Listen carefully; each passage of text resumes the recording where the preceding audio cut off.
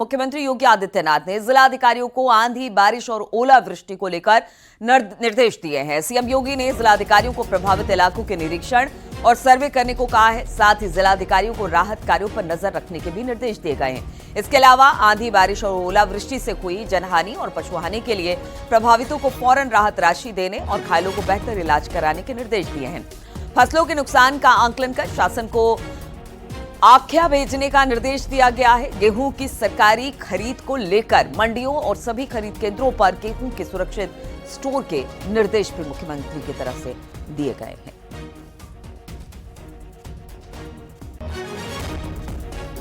तो सीएम योगी ने जिलाधिकारियों को निर्देश दिए हैं। पीछे हमने देखा कि किस तरह से आंधी, बारिश, ओलावृष्टि की वजह से जो फसल थी उनको काफी ज्यादा नुकसान पहुंचा था। अब सही तरीके से जो प्रभावित है उनको राशि देने और उनका आकलन करके जो आख्या होती है उसे मुख्यमंत्री को देने को कहा है।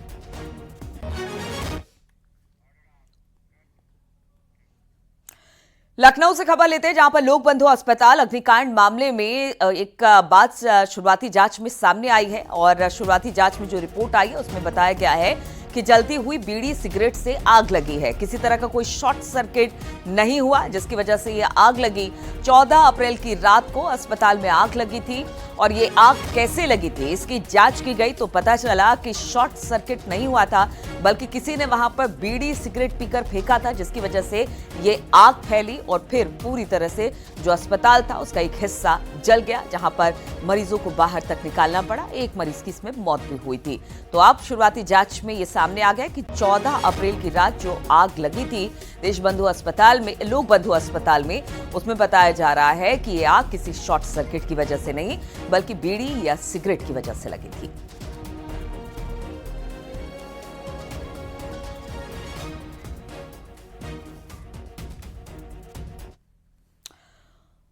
और सीएम योगी आदित्यनाथ का आज गोरखपुर दौरा है। गोरखपुर एम्स में रैन बसेरे का यहां पर शिलान्यास मुख्यमंत्री करेंगे। रैन बसेरों में होगी 500 लोगों के रहने की क्षमता। पूर्वी उत्तर प्रदेश का ये सबसे बड़ा रैन बसेरा होगा। करीब 44 करोड़ रुपए की लागत से ये बनकर तैयार होगा। Power grid corporation of India की CSR निधि बनेगा। तो आज रैन बसेरे का उद्घाटन बताया जा रहा है कि मुख्यमंत्री की तरफ से गोरखपुर में किया जाएगा और पूर्वी उत्तर प्रदेश का ये सबसे बड़ा रैन बसेरा होगा। लखनऊ से खबर, जहां पर यूपी सरकार और NSE में हुआ है MOU साइन। शेयर बाजार में MSME कंपनियों की एंट्री हुई है। राज्य में 96 लाख MSME को मिलेगा मौका। IPO लाकर धन जुटा सकेंगे MSME। पूंजी बाजार में जुड़ने का अवसर है। समझौते के तहत MSME अब NSE इमर्ज प्लेटफॉर्म के माध्यम से IPO लाकर धन जुटा सकेंगे। मुख्यमंत्री योगी आदित्यनाथ के नेतृत्व में MSME को मिलेगी नई उड़ान। तो बड़ी खबर कही जा सकती है, यूपी सरकार ने NSE में MOU साइन किया है, जिसमें अब MSME सेक्टर में IPO लाया जाएगा, जिससे ज्यादा से ज्यादा इस सेक्टर में धन को जुटाया जा सके।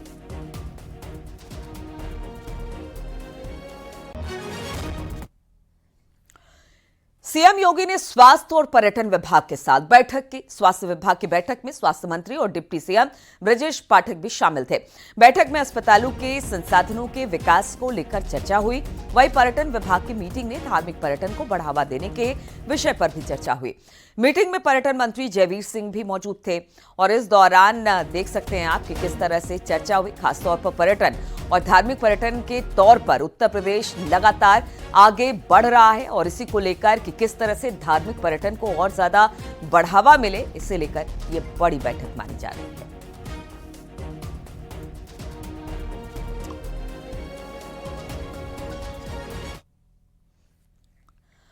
और अलीगढ़ दौरे पर RSS प्रमुख मोहन भागवत हैं। बताया जा रहा है 14 साल बाद ब्रज प्रांत के दौरे पर मोहन भागवत आ रहे हैं। 17 से 21 अप्रैल तक अलीगढ़ में वो रहने वाले हैं। RSS प्रमुख 5 दिवसीय प्रवास पर यहां पर पहुंचे हैं। राष्ट्रीय स्वयंसेवक संघ के संचालक doctor Mohan Bhagwat North East Express से अलीगढ़ जंक्शन पहुंचे। रेलवे स्टेशन से सड़क मार्ग से कड़ी सुरक्षा के बीच संघ प्रमुख मोहन भागवत अलीगढ़ के मथुरा रोड स्थित केशव सेवाधाम भी पहुंचे। आप तस्वीरें देख रहे हैं, अच्छा खासा वक्त यहां पर बिताने वाले 14 साल बाद ब्रज प्रांत के दौरे पर मोहन भागवत हैं और बताया जा रहा है कि इस दौरान 21 अप्रैल तक, यानी कल से लेकर 21 अप्रैल तक वो अलीगढ़ में ही रहेंगे और यहाँ पर जितने प्रांतीय जो संगठन है उनको बुलाकर एक सभा भी की जाएगी। यहाँ पर मुलाकात होंगे और बातचीत होगी। तो मोहन भागवत अलीगढ़ दौरे पर हैं 17 से लेकर 21 तारीख तक।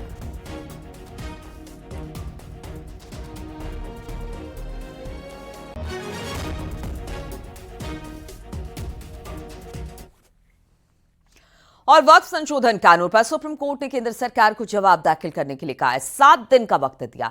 मामले में अगली सुनवाई 5 मई को दोपहर 2 बजे होगी। सुप्रीम कोर्ट ने केंद्र सरकार का जवाब आने तक वक्फ घोषित संपत्ति पर यथास्थिति में बनाए रखने को कहा है। साथ ही अगले 7 दिनों तक वक्फ बोर्ड में नई नियुक्ति या फिर बदलाव नहीं होगा।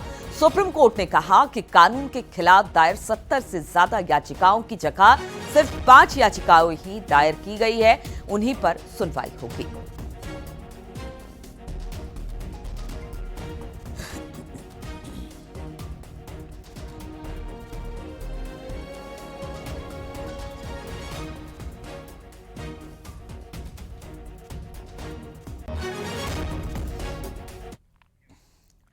वक्फ कानून पर सुप्रीम कोर्ट के फैसले के बाद सरकार सियासत हो रही है। वक्फ कानून का विरोध करने वाले खूब सियासी रोटी सेक रहे हैं।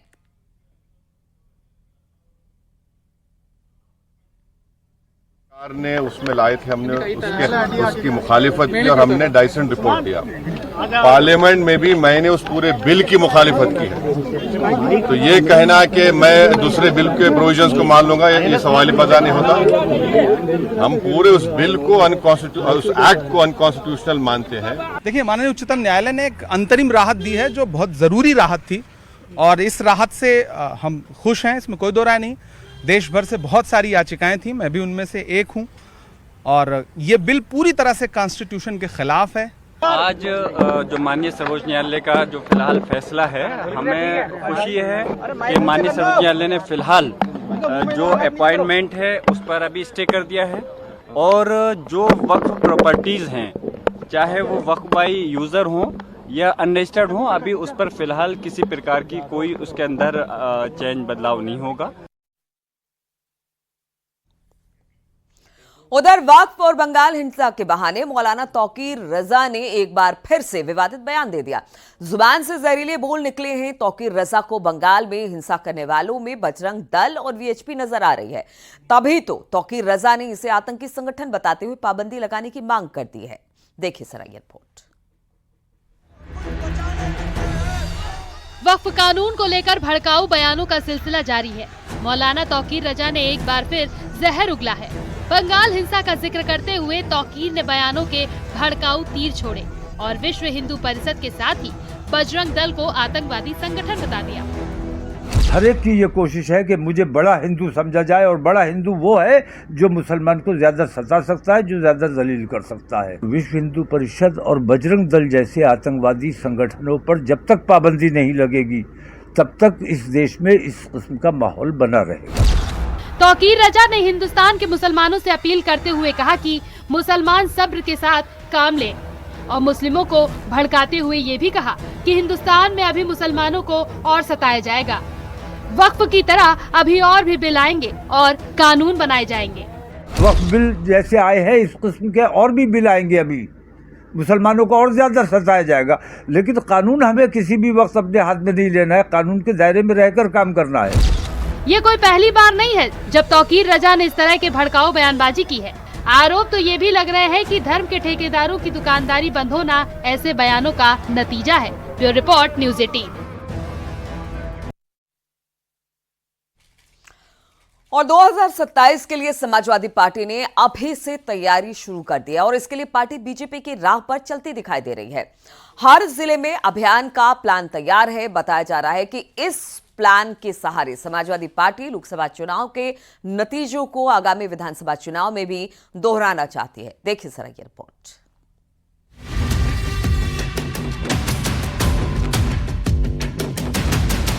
– 2027 के चुनाव के लिए अभी से तैयारियां शुरू हो गई हैं। समाजवादी पार्टी अच्छे तरीके से जान चुकी है कि यूथ अगर बूथ पर डट जाएगा तो उससे उनका रास्ता आसान हो जाएगा। बीजेपी के काम करने के तरीके को अगर देखें तो साफ तौर से पता चलता है कि उनके यहाँ भी पन्ना प्रमुख की व्यवस्था है। निश्चित तौर पर बूथ सबसे महत्वपूर्ण यूनिट है और 5 ही क्यों, वहाँ तरह तरह से जैसी आवश्यकता पड़ेगी और ज्यादा से ज्यादा संख्या में जो कार्यकर्ता उतारने पड़ेंगे वो निश्चित तौर पर समाजवादी पार्टी इंतजाम करने का काम करेगी। इस पहल के जरिए एसपी लोकसभा चुनाव में मिली सफलता को विधानसभा चुनाव में भी दोहराने की रणनीति पर काम कर रही है। जानकार भी मानते हैं कि बूथ को जीते बिना कोई चुनाव नहीं जीता जा सकता। कोई भी राजनीतिक दल होता है चुनाव बूथ के बूते ही जीतता है। यदि बूथ उसका मजबूत नहीं होगा तो कोई कैंडिडेट चुनाव जीत नहीं सकता, क्योंकि बूथ की लड़ाई ही सबसे वो होती है। इसलिए भारतीय जनता पार्टी भी पन्ना प्रमुख का नाम ले लिए, चाहे बूथ प्रमुख उन्होंने कहा हो, ऐसे ही समाजवादी पार्टी ने भी तय किया है। 2024 के लोकसभा चुनाव के बाद समाजवादी पार्टी में एक उत्साह दिखाई दे रहा है। पार्टी चाहती है कि हर हाल में 2027 का रास्ता भी आसान हो। ऐसे में अभी से बूथ पर काम शुरू कर दिया है। लोकसभा चुनाव के बाद वो चाहती है कि 27 के चुनाव में भी उनका बेहतर प्रदर्शन रहे। तो कहा जाता है समाजवादी पार्टी हर बूथ पर यूथ के जरिए 2027 का किला फतेह करना चाह रही है। कैमरा पर्सन उपेंद्र के साथ अलाउद्दीन, न्यूज़ 18 लखनऊ। और ऋषिकेश के पास गरुड़ चट्टे इलाके में अचानक से राफ्ट पलट गई और इस हादसे में एक पर्यटक की मौत हो गई। पुलिस ने शव को कब्जे में लेकर पोस्टमार्टम के लिए भेज दिया है। बताया जा रहा है कि राफ्टिंग शिवपुरी से शुरू हुई थी। जैसे ही राफ्ट गरुड़ चट्टी पुल के पास पहुंची तभी अचानक से गंगा में पलट गई, जिससे राफ्ट में सवार सभी पर्यटक गंगा में बहने लगे। गाइड ने एक एक करके सभी पर्यटकों को राफ्ट पर चढ़ाया। इस दौरान देहरादून निवासी सागर नेगी बेहोश हो गए, जिसको किसी तरह गंगा किनारे से सड़क तक लाया गया और एम्बुलेंस से ऋषिकेश सरकारी अस्पताल पहुंचाया गया, जहां डॉक्टरों ने जांच के बाद सागर की मृत्यु। अरे खत्म नहीं है भाई, जब वॉशरूम की हालत तो खराब हो गई यार। देख लेकिन फिर भी डूबने नहीं देती है।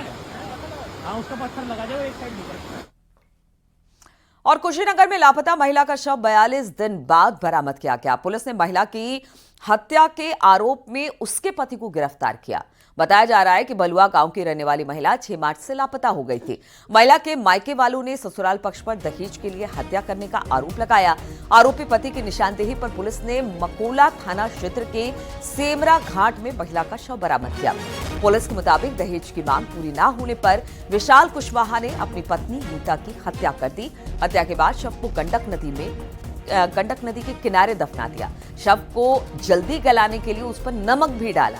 आरोपी पति ने पुलिस को गुमराह करने के लिए थाने में पत्नी की गुमशुदगी की दर्ज रिपोर्ट करवाई, मगर ससुराल वालों ने पति पर पत्नी की हत्या का शक जताया। पुलिस ने सख्ती से पूछताछ की तो मामले में कड़ियां जुड़ने लगी और मामले का खुलासा हो गया।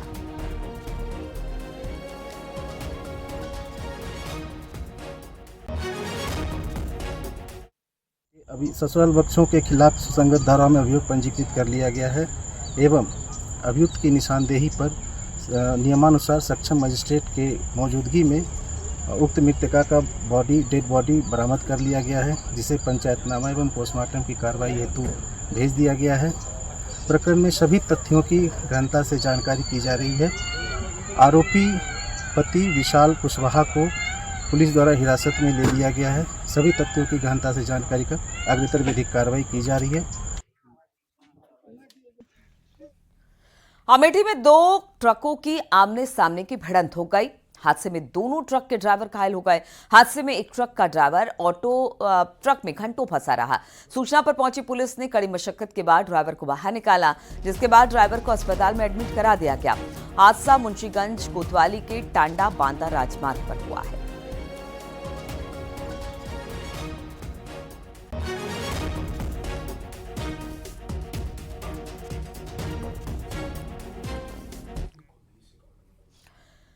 हमीरपुर से खबर, जहां पर अज्ञात कारणों के चलते यज्ञशाला और भीषण आग लग गई और फिर देखते देखते भीषण आग की चपेट में आकर यज्ञशाला पूरी तरह से जलकर राख हो गई।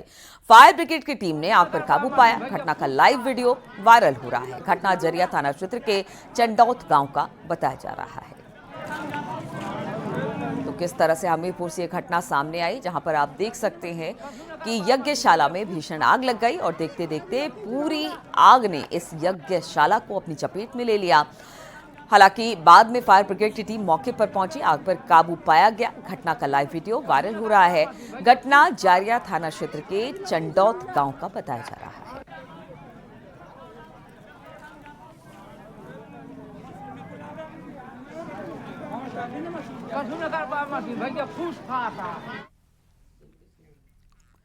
और बरेली से खबर, जहां पर बरेली मंडल को सरकार की बड़ी सौगात मिली है। बरेली मंडल में फूड सेफ्टी लैब बनकर तैयार हो चुका है। करीब 30 करोड़ रुपए से ये जो फूड सेफ्टी लैब है वो बनकर तैयार हुआ है। 2 हफ्ते में फूड सैंपल की जांच पूरी होगी। मिलावटखोरों पर लगाम के लिए प्रदेश सरकार की ओर से खास पहल की गई है। बरेली में मंडलीय फूड सेफ्टी लैब अब तैयार हो चुकी है।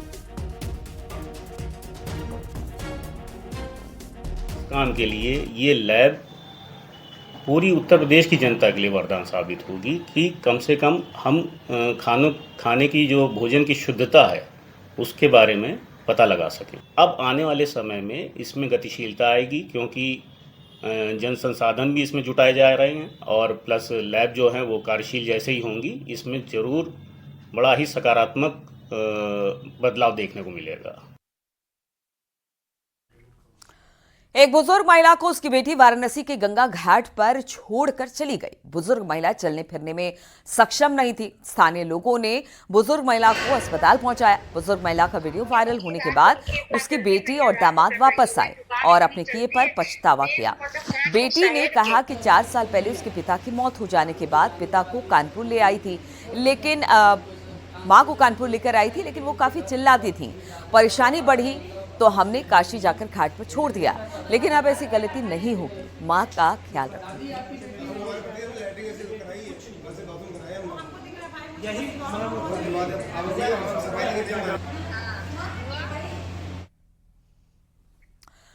एटा को सरकार की तरफ से 29 नई एम्बुलेंस दी गई है। एटा जिले में एम्बुलेंस मिलते ही मरीजों को बड़ी राहत मिलेगी। अलीगंज सीएससी को 2 एम्बुलेंस मिली है। चिकित्सा अधीक्षक ने पूजा कर एम्बुलेंसों को एटा के लिए रवाना किया है।